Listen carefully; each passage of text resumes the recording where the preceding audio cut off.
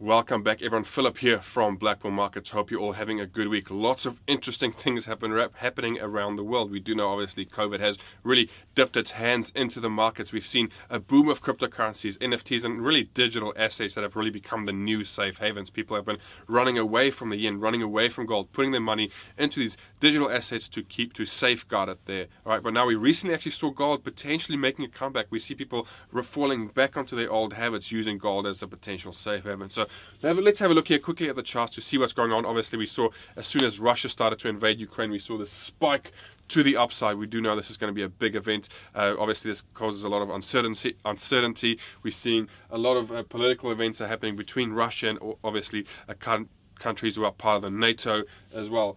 So let's have a quick look and see what is going on with gold. We are stuck just above 1900, huge psychological level. So let's have a quick look to see what's going on. I want to take you guys through, first I want to take you guys through to the weekly time frame to kind of see, we have obviously market flew up to the upside, had an abrupt stop and push straight back down. We see this big wick being created. So let's have a quick look here.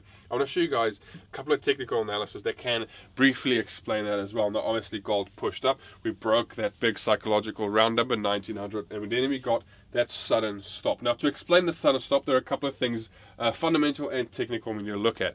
And obviously, fundamental side of things, we have investors, these big billionaire funds and everything. We're seeing them need more liquidity in the market. We have to understand how they trade, right? They cannot always fill 100% of the order. So what's happening is they fill the order, push the market back down to grab liquidity to fill the rest of the order and push it further higher. Okay, so that was initially what this drop could have been, coming back to the downside. These big players are trying to reach more liquidity to try and push this gold back to its all-time highs and perhaps even further, looking past this 2000 mark zone. Okay, let's have a look at the technical side of things. Okay, we're seeing this resistance zone being played out. Was playing back here 2020 November. We saw a big rejection, and we started to look at a pretty major consolidation zone for gold to play in. If we can stay below this 1974 mark, we could be in for a bumpy ride yet again for gold. Obviously lows being down here 1670 as well, which is a pretty significant area. We do have a bit of internal support / resistance areas that are playing out where we're currently sitting at right now that also can come into play for shorter term trades.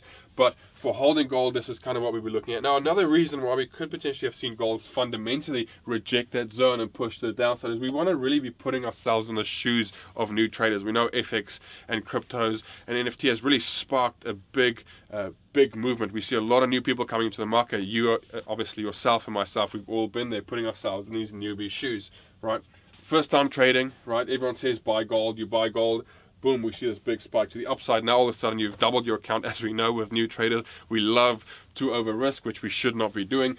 We saw a big push to the upside. Traders started to panic, run away, close their market, take their positions, take their money home. We saw a big dump. Obviously, as soon as this market starts to reject, fear kicks in and the market starts to run back down. We see this big liquidity grab as we reach into this consolidation zone of uncertainty. So let's have a quick look to see potentially what we could be looking for forward in gold, right? So we have this consolidation area.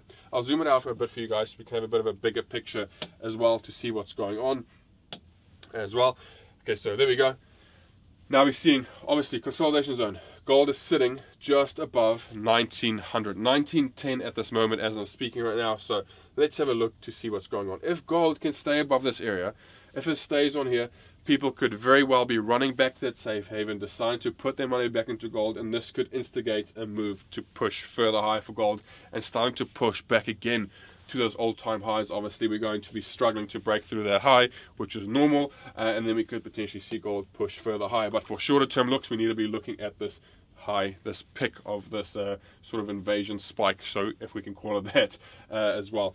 Now to the downside, what we'll be looking for is what we need to understand as well. If the market stays over here, people could again be thinking, no, gold really isn't making a comeback, I need to put my money back into cryptos. Obviously as gold spiked or gold started to move to the upside, we did see crypto start to deplete, start to sort of get smaller and smaller and smaller. Crypto markets are dumping. So we can kind of see the correlation. We're seeing people going from cryptos to gold, from cryptos to gold, from gold to cryptos. Could potentially be the new thing again, right? So if we do see the market reject here, people could start to lose faith in gold yet again. Markets could then slowly start to push back down, and we could then again tumble into descent for gold. Looking at these newer sort of lows, or these most recent lows, 1770 is what we've got here on our chart.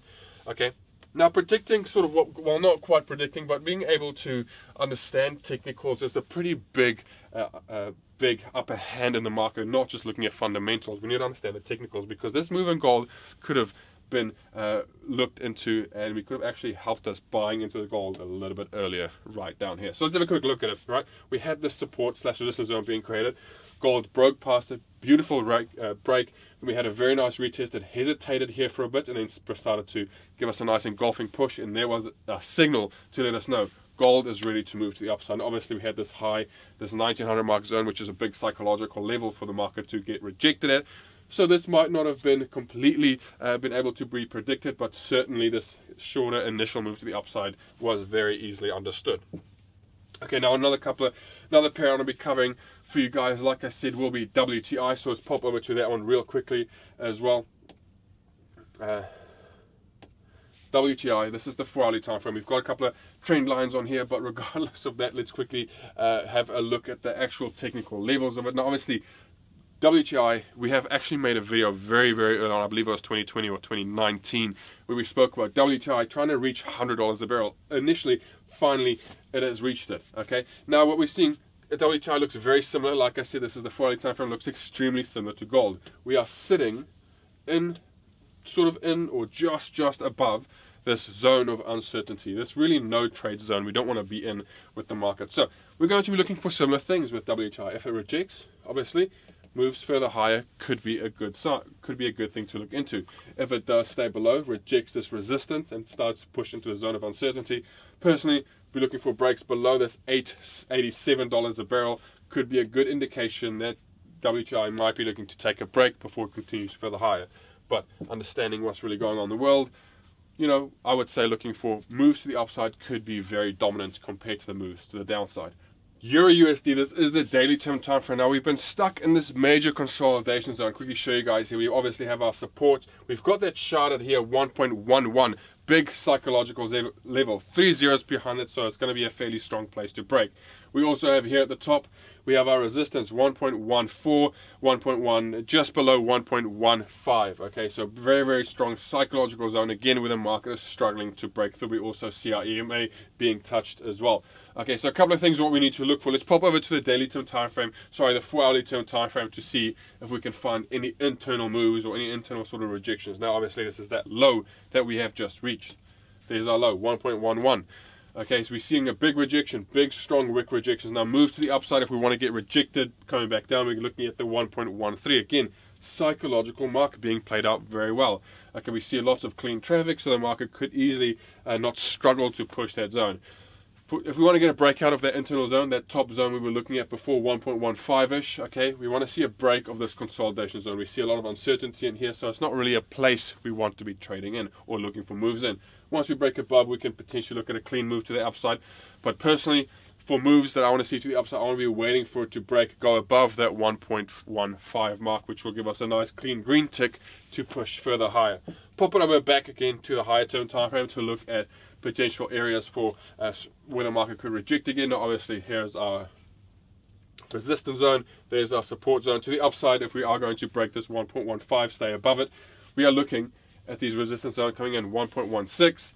We've got here 1.18, 1.89. Okay, sorry, 1.19 as well, which could be playing out. This is the high zone, and obviously the higher we go, the more we need to look at internal support / resistance areas. This one's fairly strong because we've seen it used as a support previously, and then a beautiful rejection to the downside. Okay, now to the downside, obviously we can see we've got, from history, there's not a lot of traffic in the way. So if we can manage to use this internal support / resistance area right over here, if we can use this, if the market can push up, or even this one right over here, if the market can push up and use that to, again, build strength to the downside, smashing past that zone, we can then start looking for moves to the downside. So let's have a quick look. I want to see here on the weekly term time frame to look at how low can the dollar go. Okay, we can see we are approaching strong resistance, but we do actually have a very strong low. I'm not going to use this extreme over here. I'm going to use this support because we can see that's kind of where the consolidation started, roughly about the 1.0800 mark zone. We can see here was previously used, and that's kind of where that consolidation that I was speaking about started. We can maybe, if you want to be optimistic, you can look to push it further lower, But ideally, we want to be safe and certain and look for these most relevant, most recent support zones coming up. So you guys can see, upside, we've got a strong resistance coming up, right? Downside, strong support. That is it, guys. If you guys make sure, let us know if you have any questions. Hope you did enjoy it. Make sure you trade safe, guys. And from everyone here at BlackBull Markets, always stay tuned, trade safe.